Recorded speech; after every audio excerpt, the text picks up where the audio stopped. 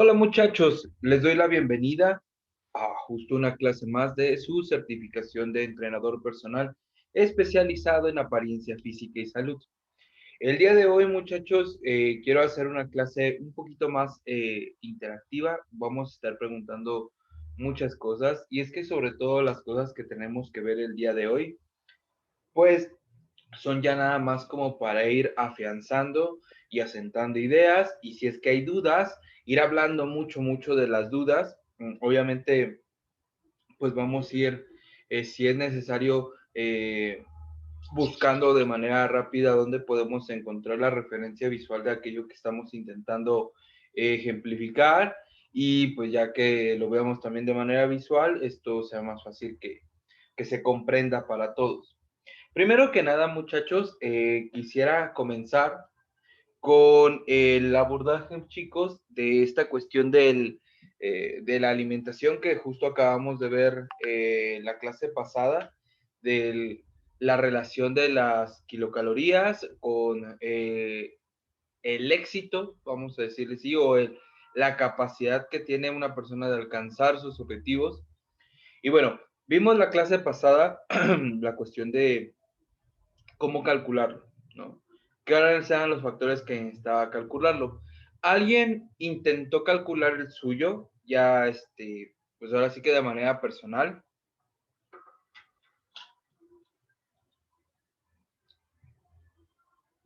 Nadie, chicos, nadie intentó calcularlo.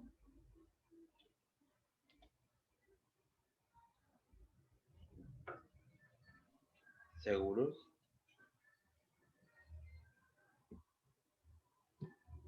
Calcular que, perdón, coach, me acabo de conectar. ¿Qué onda? Mira, lo que les preguntaba a los chicos era de que si ya con la clase pasada que habíamos analizado, alguien había intentado realizar su cálculo dietocalórico para sí mismo, de manera personal, y qué impresiones se llevaron al ver la cantidad de energía que necesitaban. ¿Con qué fórmula, perdón? Pues en realidad, mira, y es algo bien curioso porque la fórmula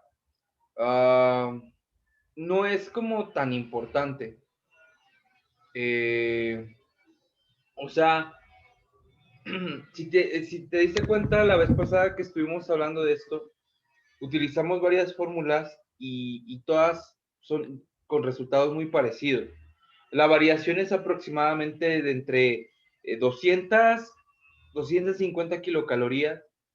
Y pues realmente eso puede llegar a tener un impacto, sí. Podría ser la mitad de tu déficit calórico, por ejemplo. Pero pues justo para iniciar, para tomar en cuenta como primer abordaje, pues ya te da un buen punto de partida en donde pues te puedes dar cuenta, ¿no? Ok, tal vez no entré en el déficit calórico como quería, pero por los resultados estoy dándome cuenta de eso y entonces puedo reducir a un poco más y ya obtener el resultado que yo quiero. Miren, voy a poner un ejemplo muy claro. Imaginemos que tenemos a una persona que en su cálculo dietocalórico nos sale que es de 2000 kilocalorías.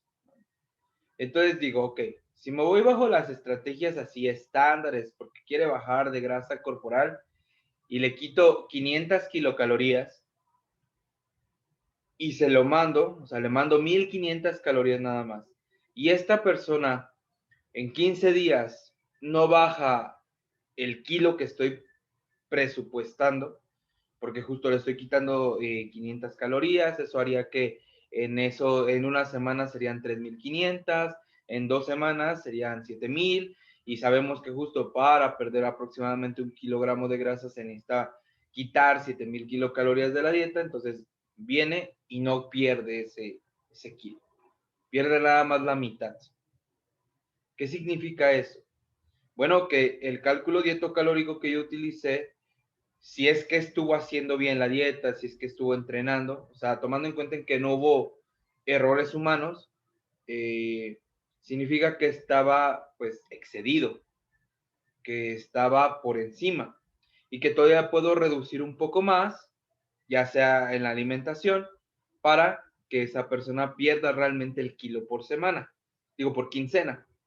Entonces, tomando en cuenta esto, pues yo podría quitarle aproximadamente otra vez otras 250 kilocalorías, y eso ya haría que esa persona en los próximos 15 días después, ahora sí cuando regresara ya estuviera perdiendo 1 kilo por quincena, 500 gramos por semana.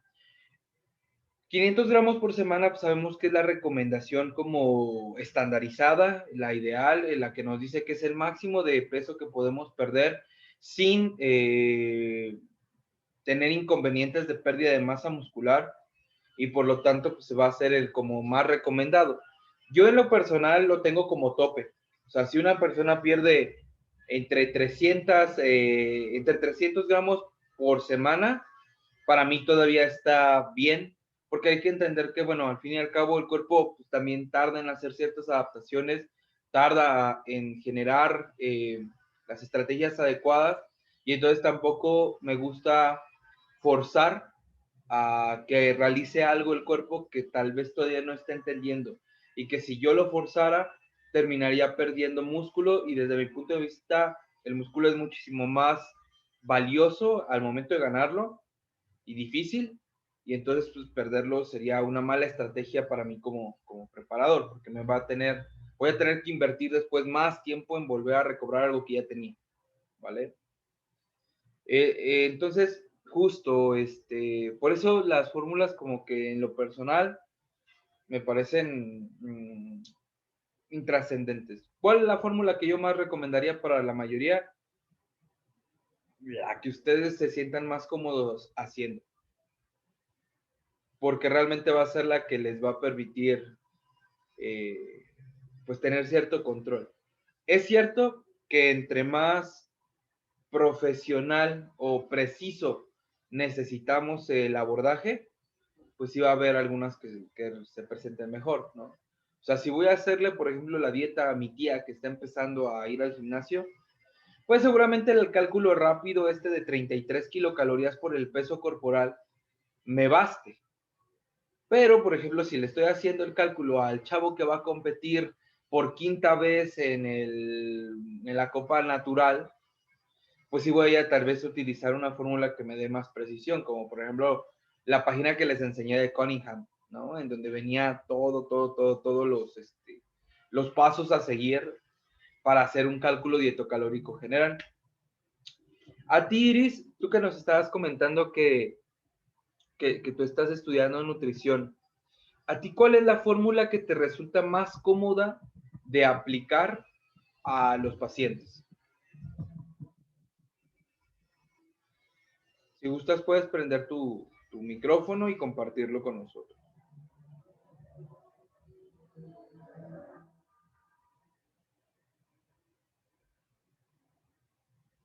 De hecho, preferiría que prendieras el micrófono.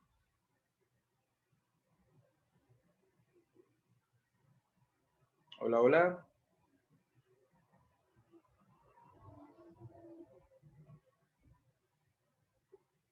Bueno, ahorita vemos si Iris nos está escribiendo algo o si nos va a compartir, pero bueno, sigamos.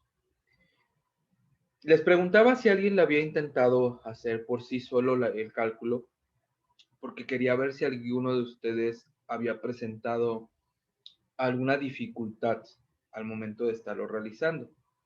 Tomen en cuenta, muchachos, que esto que les estoy preguntando es de las cosas más importantes al momento en que ustedes estén intentando modificar la apariencia física de alguien.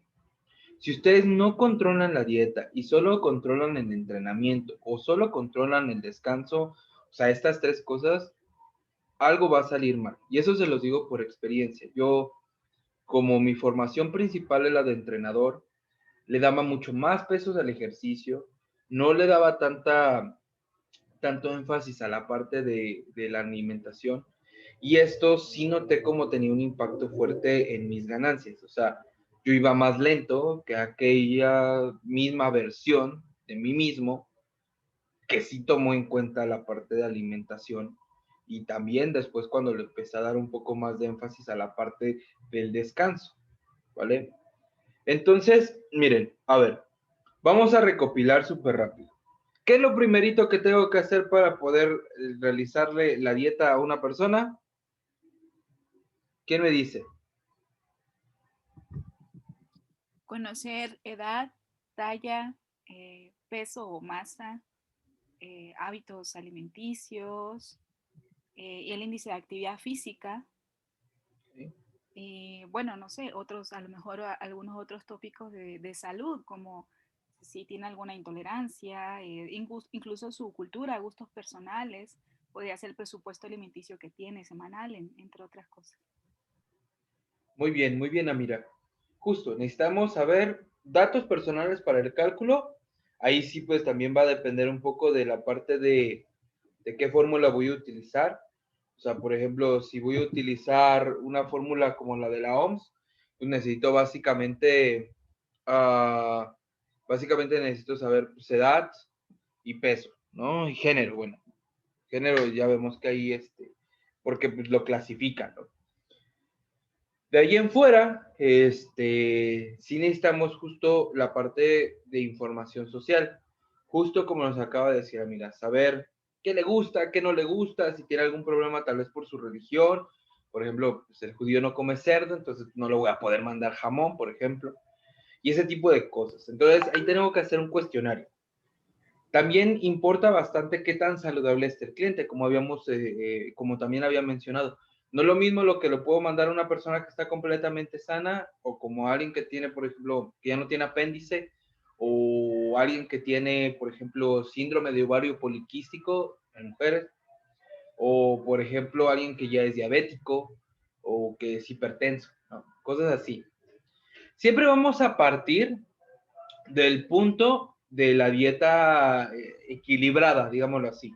La dieta equilibrada es de un 40 a un 50% de hidratos de carbono, de aproximadamente un 25 a un 30% de lípidos y más o menos de un 20 a un 25% de proteínas. Esa es como la más estándar. De hecho, hasta le llaman dieta de la zona, ¿no? Porque se divide en 50-25-25 o 40-30-30 o justo 50-30-20, o sea, ronda esos porcentajes. Pero, por ejemplo, en una persona que tiene ovario poliquístico o que es diabético, pues la cantidad de hidratos de carbono va a ser relativamente más bajo, puede reducirse a un 20, 30. Hay dietas que lo llegan a reducir hasta un 10%. Y precisamente no está mal, pero las cosas van volviéndose un poco más complicadas. Por ejemplo, si tienes a alguien con síndrome de ovario poliquístico, pero que aparte realiza deporte y que aparte quiere tener un desarrollo estético alto, por ejemplo, ahí ya no le puedes dar solamente el 10 o el 20% de hidratos de carbono, porque seguramente va a tener un impacto negativo a su rendimiento.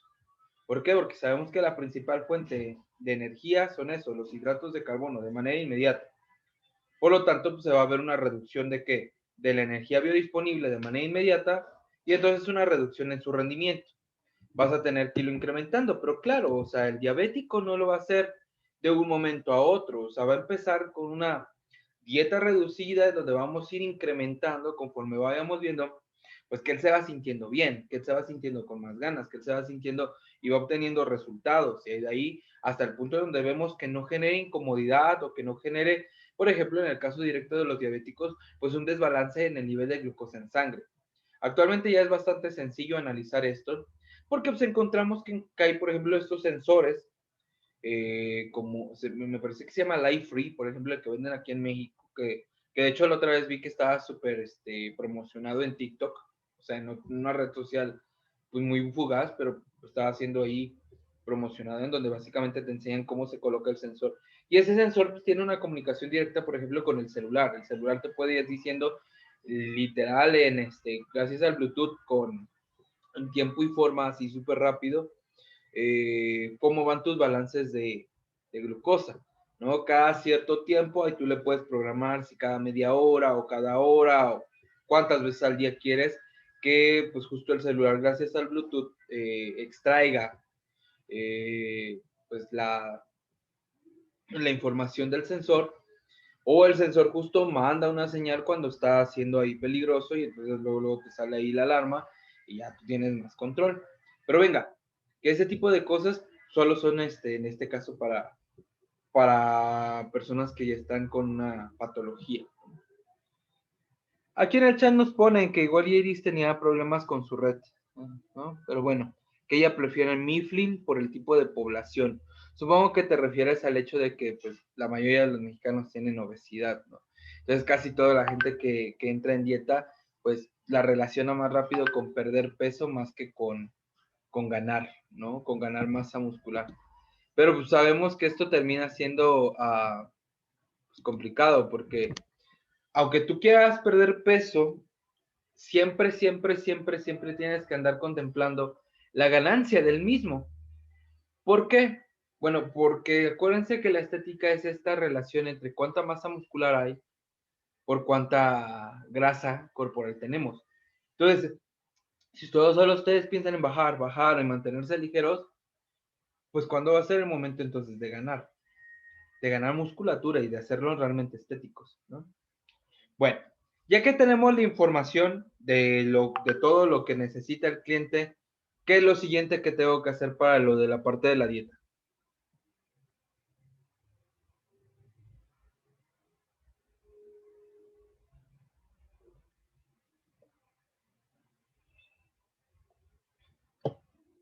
¿Qué hago después? Ya tengo toda la información. ¿Y ahora?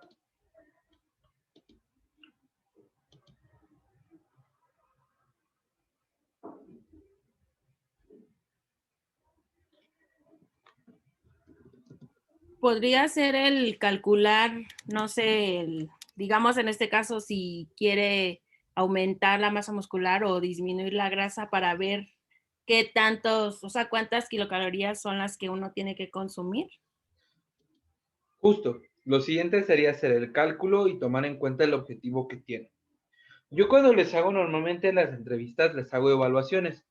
Hago evaluación, por ejemplo, de peso, la báscula, hago plicometría y en algunos casos específicos hago sintometría, ¿no? O sea, mido las circunferencias de cuello, torso, brazo, cintura, cadera, pierna y pantorrilla, que son pues básicamente las que van a darnos nociones de cómo se va modificando también el cuerpo. El peso, pues básicamente porque necesito estar evaluando con relación a la ingesta calórica. O sea, va a ser la primera cosa que me va a decir hacia dónde se está moviendo, pero no lo más importante. De ahí lo combino con la parte de la plicometría, porque esta me va a decir el porcentaje, y entonces, aunque el peso tal vez se incremente, si el porcentaje de grasa se mantiene igual o se reduce, seguramente estoy yendo por buen camino en cuestiones estéticas. Y luego la sintometría me va a estar diciendo sobre todo qué es lo que está sucediendo en conjunto de las otras dos evaluaciones. Por ejemplo, si yo veo que hay un incremento de peso, hago plicometría y tiene el mismo porcentaje de grasa, o de hecho tal vez se redujo un poquito, pues lo más seguro es de que cuando haga sintometría, las cosas que hayan aumentado no va a ser ni cintura, por ejemplo, o no va a ser cadera, o no va a ser torso, sino tal vez sean extremidades. Y eso, pues a mí me está diciendo que estamos yendo por buen camino porque la persona está incrementando seguramente masa muscular de extremidades. Si, por ejemplo, pierde peso, lo checo con plicómetro, el plicómetro sale más bajo el porcentaje de grasa, y lo mido y veo que si hay una pérdida, sobre todo en centímetros en la cintura, pues venga, que seguramente estoy yendo por buen camino. Normalmente lo que vamos a poner más atención es aquellas zonas problema en donde el paciente suele acumular un poco más de tejido graso.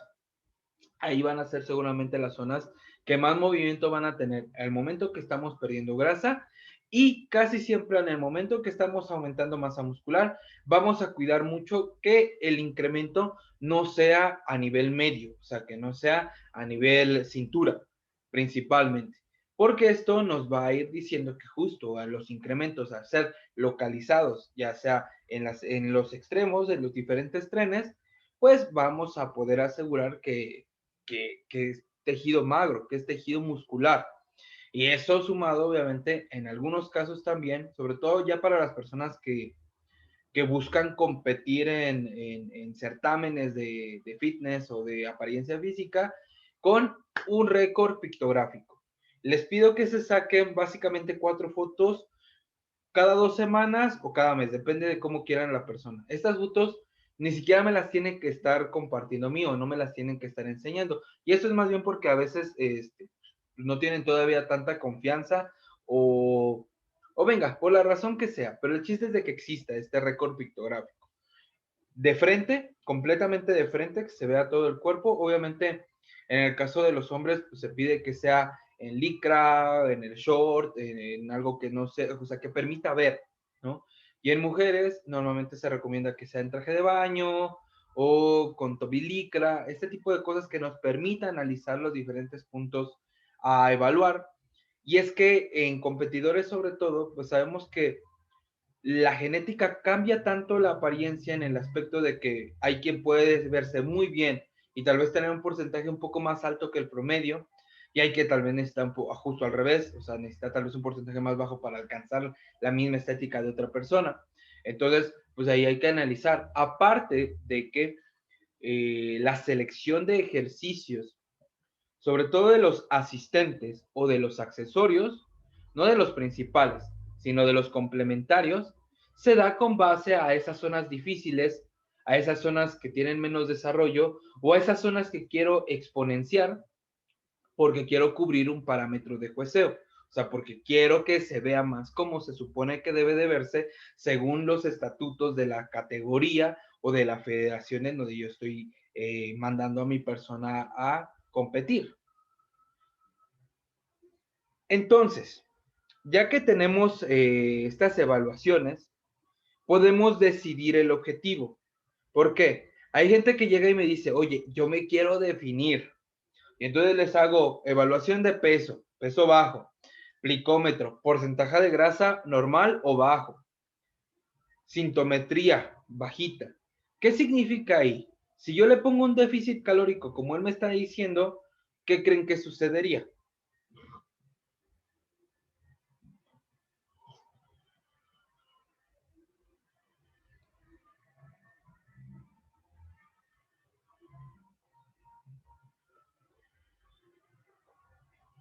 ¿Qué sucedería, muchachos?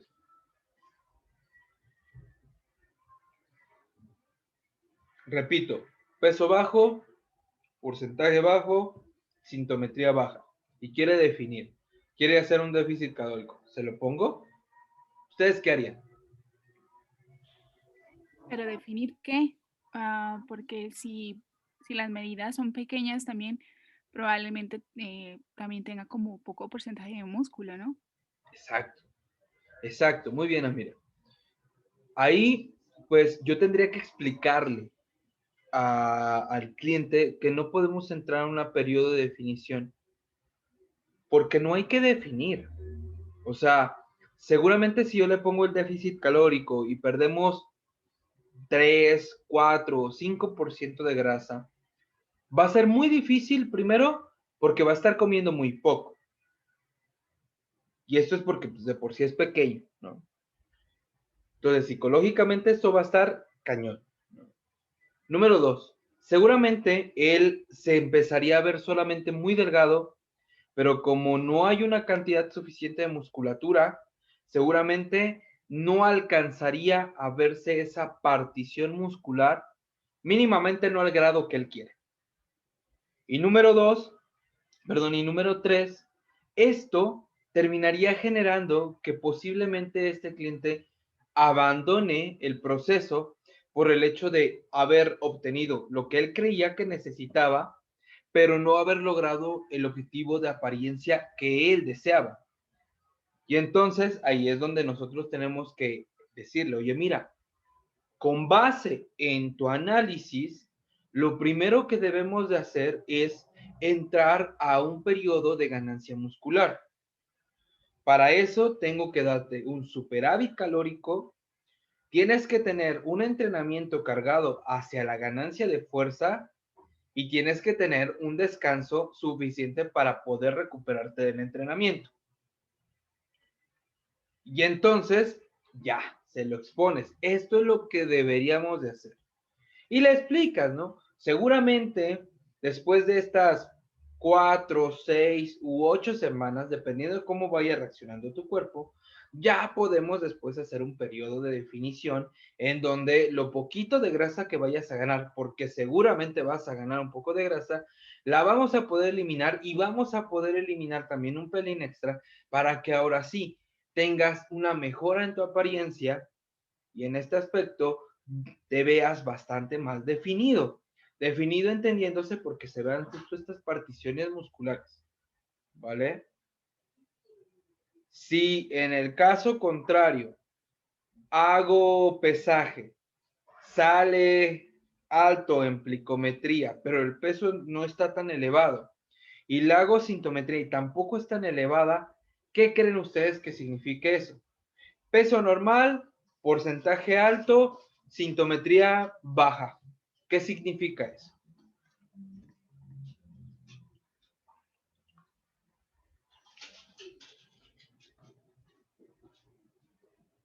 Que lo que haría falta ahí sí sería definir.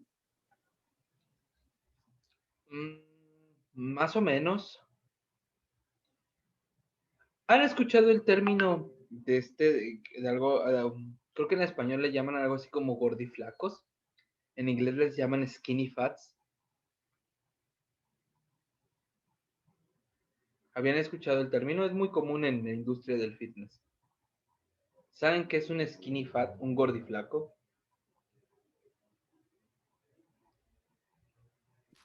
Una persona que quizá tenga un índice de masa corporal pequeño, pero que tiene un elevado porcentaje de grasa. Exacto. Y esto lo vamos a encontrar principalmente en mujeres sedentarias. Obviamente también en hombres, pero venga, porcentualmente así se encuentra. ¿Qué pasa? Que es una persona que tiene porcentajes de masa muscular muy, muy bajos, por eso no es pesado, se ve delgado, sobre todo con ropa, pero son personas que presentan porcentajes de grasa muy elevados. Y estas son personas que, a pesar de ser flaquitos, pues tienen flacidez, tienen barriguita. En mujeres podemos llegar a presentar, por ejemplo, celulitis, estrías, todo ese tipo de cosas que, bueno, estéticamente tienen ahí una connotación, ¿no? ¿Qué pasa? Que si a esta persona yo la pongo a hacer definición, va a suceder exactamente lo mismo que con la persona que no tenía masa muscular. Va a terminar siendo psicológicamente muy complicado y luego voy a tener que, que, que, pues tener que tener un abordaje más agresivo porque seguramente no va a alcanzar el objetivo estético que tenía. En los dos casos, muchachos, el abordaje es el de ganar masa muscular. ¿Por qué en el skinny fat voy a intentar ganar masa muscular? Porque seguramente al intentar ganar masa muscular e ir incrementando el estímulo por el entrenamiento, puede que suceda este efecto novato en donde sufra de una recomposición corporal, o sea, gane masa muscular al mismo tiempo que pierda grasa. ¿Se acuerdan cuáles son los escenarios en donde puede esto suceder? ¿Quién me dice? ¿Cuáles son los escenarios en donde una persona puede ganar masa muscular al mismo tiempo que pierde grasa?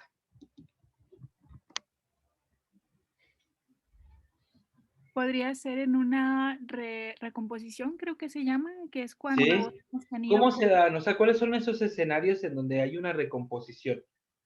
por ejemplo, que no sé, a lo mejor ya teníamos una rutina, íbamos todo el tiempo a entrenar, de pronto tuvimos un break bastante grande, hablamos de meses, y cuando volvemos empezamos a recuperar esto que habíamos perdido más rápido que cuando entrenábamos antes, ¿no? De manera normal.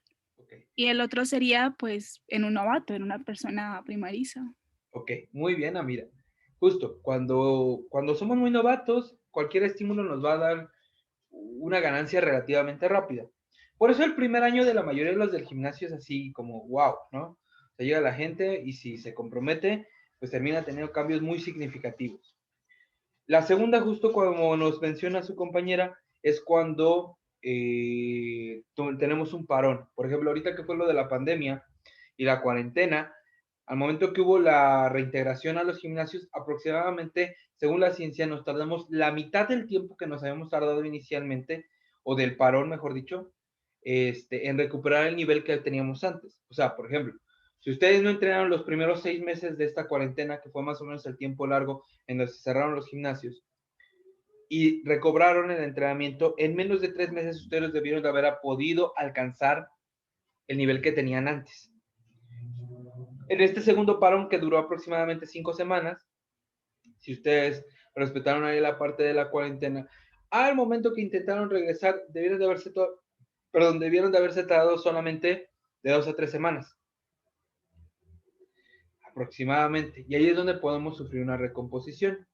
Entonces, justo en novatos, en personas que han tenido parones prolongados, y hay un tercer escenario, en personas obesas. Cuando tienes una persona obesa que es sedentaria, al momento que está realizando entrenamiento, puede llegar a generar masa muscular al mismo tiempo que va perdiendo grasa.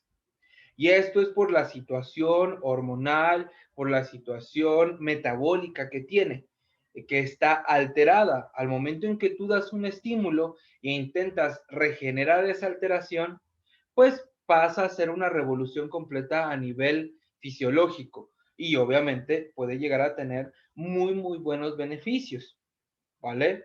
Entonces, vengo, que aparte de una persona obesa, sedentaria, pues cumple perfectamente el primer escenario del novato. Entonces tenemos ahí un plus, ¿no? Esta persona seguramente podrá tener en sus primeros años cambios así ridículos, ¿no? Y sí, de hecho, la experiencia nos los demuestra, ¿no? Hay personas que inician en el gimnasio pesando 140, 160 kilos, obesidad grado 3, o sea, y de repente en un año, ¡pum!, ya se ven impresionantes, ¿no?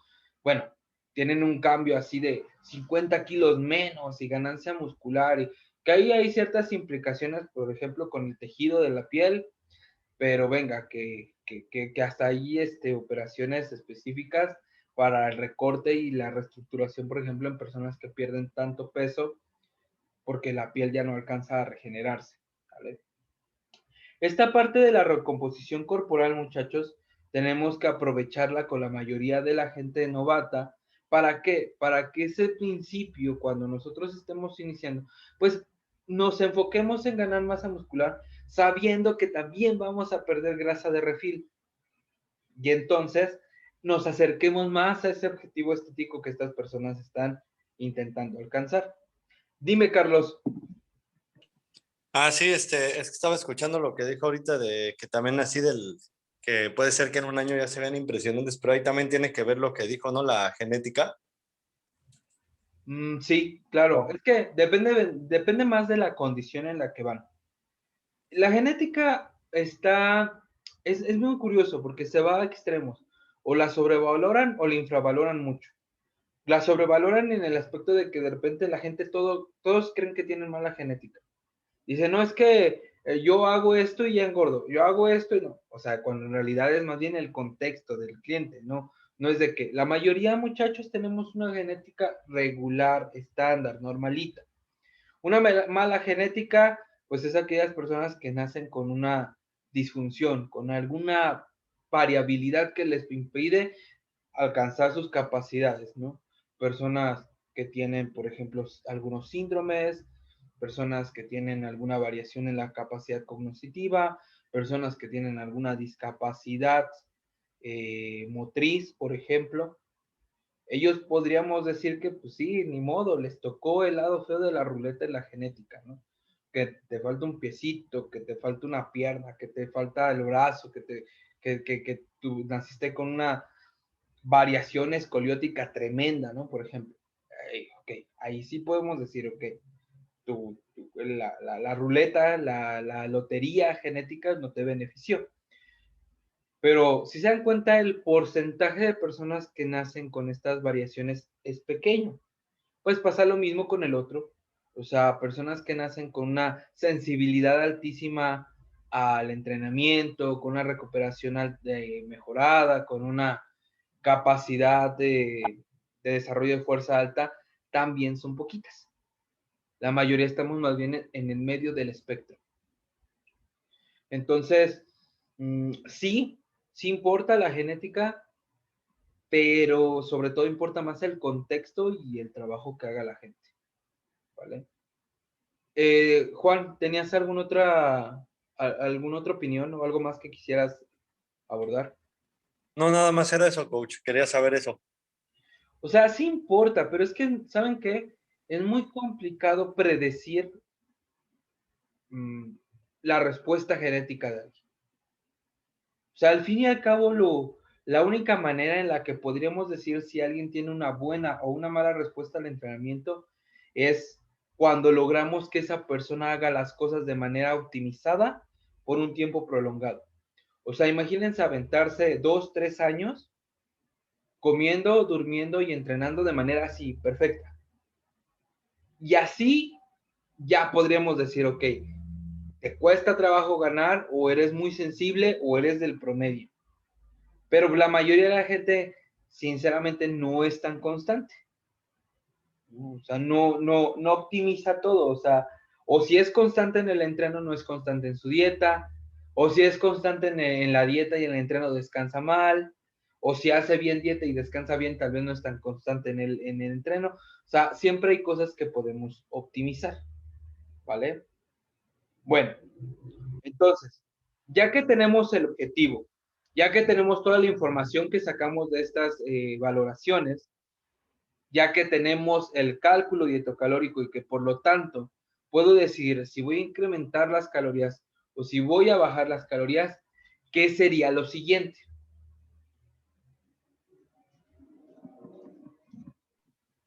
Una distribución correcta de macronutrientes de acuerdo al objetivo también. Ok, perfecto. Vemos que primero, ¿cuál es el primer macronutriente que tenemos que dosificar?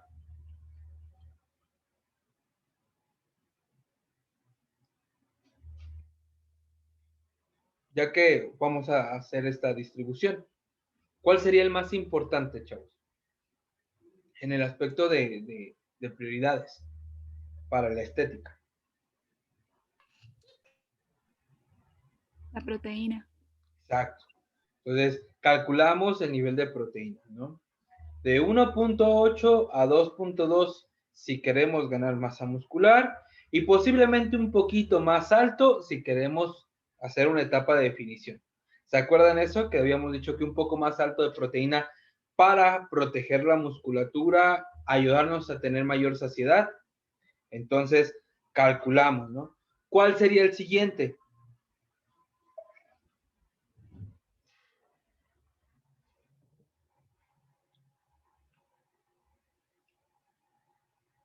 Los carbohidratos. Los carbohidratos. Los Muchachos, lípidos. nos queda nada más un minutito. Vamos a darle pequeña pausa aquí, pero sí les adelanto las respuestas son los lípidos y ahorita les voy a decir por qué. ¿Vale? 5 minutitos de descanso, les vuelvo a mandar el link y seguimos platicando de esto. ¿Sale, muchachos? Ahorita los veo. Recuerden poner su nombre en el grupo de WhatsApp para que les pasen lista, ¿vale?